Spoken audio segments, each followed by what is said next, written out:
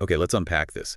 If you're a curious learner, you probably love accumulating facts and insights, but there is one crucial moment that causes so much stress. Oh, yeah. It's that moment you have to present facts about yourself. Right. That simple question, tell me about yourself. Exactly. And it feels like a minefield. It doesn't matter if you're in a new class, a meeting, or just, at a party.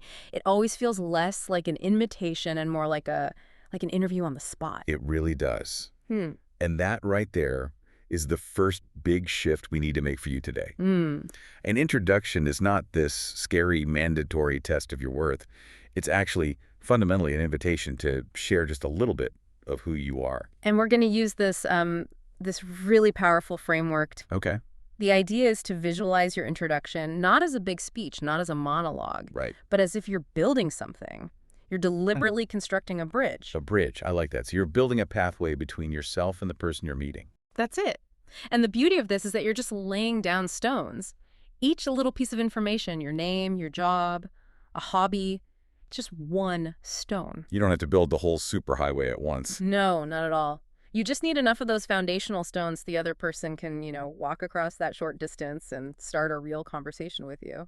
So our mission today is to break down those essential building blocks for you, the foundational stones, the structural parts.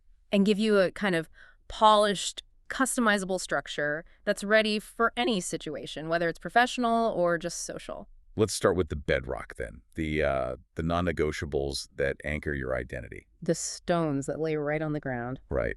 Your name, where you are from, and where you currently live. And these might seem really simple, maybe even a little boring. Yeah, you might think so. But they're the immediate geographical and historical anchors. They instantly start painting a picture and giving context. Take the first one. Imagine saying, I'm Emily, I'm originally from Canada, and I currently live in a busy, noisy city apartment. Okay, got it. Now contrast that with the second example.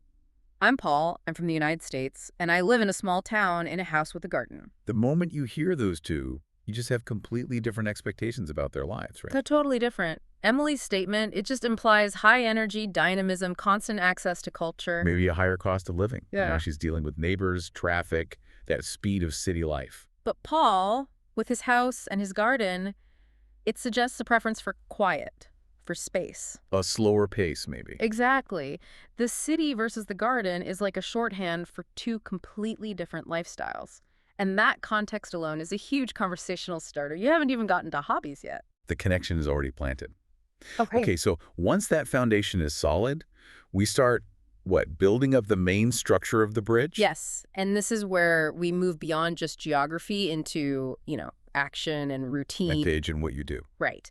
This is critical because it tells people how you spend most of your time. It gives your worldview some substance. Okay, so let's look at those examples. If you say you're 25 and you're an art student, That immediately communicates where your energy is focused. Drawing, painting, maybe art history. It's very clear. or if you're 28 and an English teacher, Huh. it sets up your professional environment. This would be really relevant if you're, I don't know, talking to a parent or at a university event. And here's where it becomes a really important strategic move. Stating your job or your studies. It just opens the door for more questions. It's the invitation. It is. If you say, I'm an art student, the other person has a ready-made follow-up. They can ask, oh, what kind of subjects do you like to paint? And that's them taking their first step onto your bridge. That's it. And speaking of steps, we should probably address the flow here. We often default to professional facts first. Right. But if the goal is a quick connection, should we move straight to something warmer, like family and pets, or stick to the job structure? That is an important question.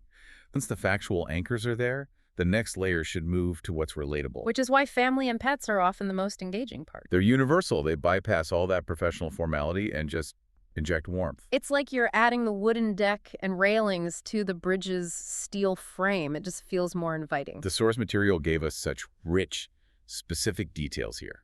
Look at Emily's example. She says, I have an older brother named Tom. My father is a chef, so I get to eat delicious food at home. Wow. And I have a very sleepy black and white cat named Luna.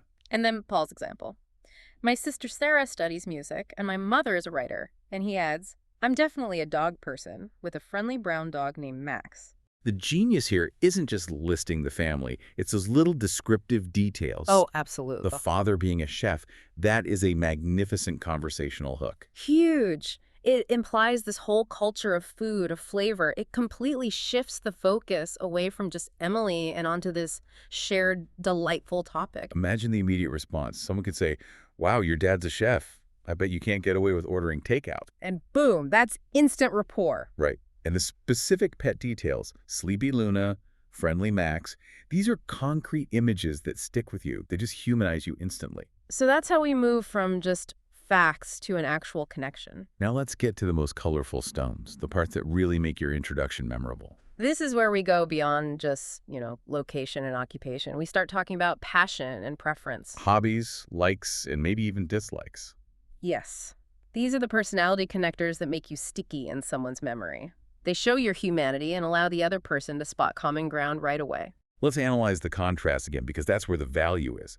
We have the person who loves the color green because it reminds them of nature. And their ultimate comfort food is pasta.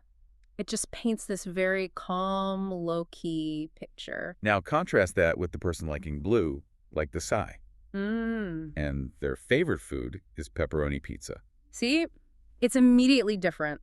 One seems kind of serene and grounded, the other more dynamic, maybe more outward-looking. And the hobbies are even more telling. We have the person who dislikes waking up early or eating spicy food, just setting clear personal boundaries. Versus the high-octane energy of someone who plays soccer on Saturdays or listens to old rock music. Right. Soccer implies community, physical activity. Old rock music implies a specific taste, maybe a bit of a countercultural streak. And this is where it gets really interesting, especially when we talk about including dislikes. Yes, let's focus on that. The person who cannot stand the taste of olives. Now, wait a second. We've spent this whole time talking about building an inviting bridge, laying down welcoming stones. Isn't introducing a strong dislike, like that I cannot stand olives, a bit risky? Doesn't that inject some negative energy right at the start? That's a really valid concern, and it's why the strategy is so nuanced. It works because it's a low-stakes conflict. Low-stakes conflict. You aren't saying you dislike a person or a political view or an occupation.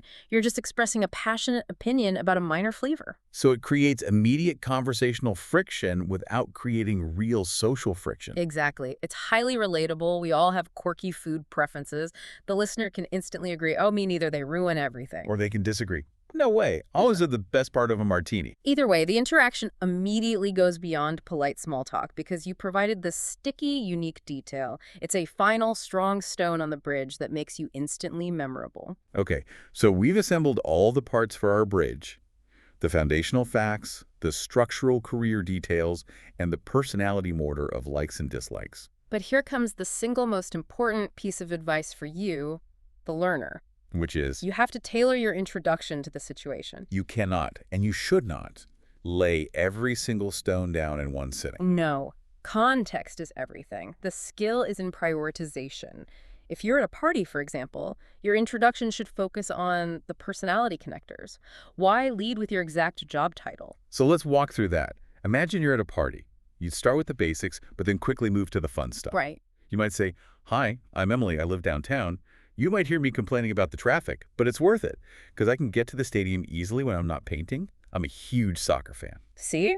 She focused on her hobby, painting, and her passion, soccer, not her age or her specific coursework. She matched the information to the relaxed environment. Now contrast that with a professional setting, like the first day of an English class.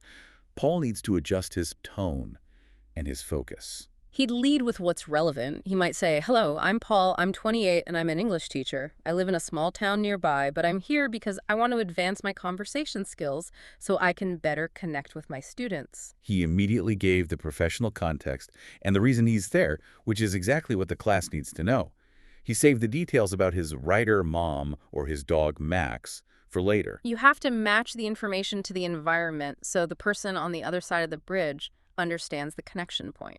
And it's not just about selecting which facts to use, right? It's also about adjusting your language. Oh, for sure. In a formal setting, you might use precise language like, my focus is currently on or I specialize in. Whereas in a casual setting, you can use more high-energy, passionate language. I absolutely love or I can't get enough of. The way you phrase it is what makes the bridge inviting, not just functional. And when you're delivering this tailored introduction, the final rules are so simple but so important. Keep the information simple and targeted. Make sure your tone stays friendly. And don't forget to smile. Yes. Your body language, your approachability, it just amplifies the words you choose by a factor of 10. An introduction, in the end, it's not a performance review. It's the very first step toward a connection.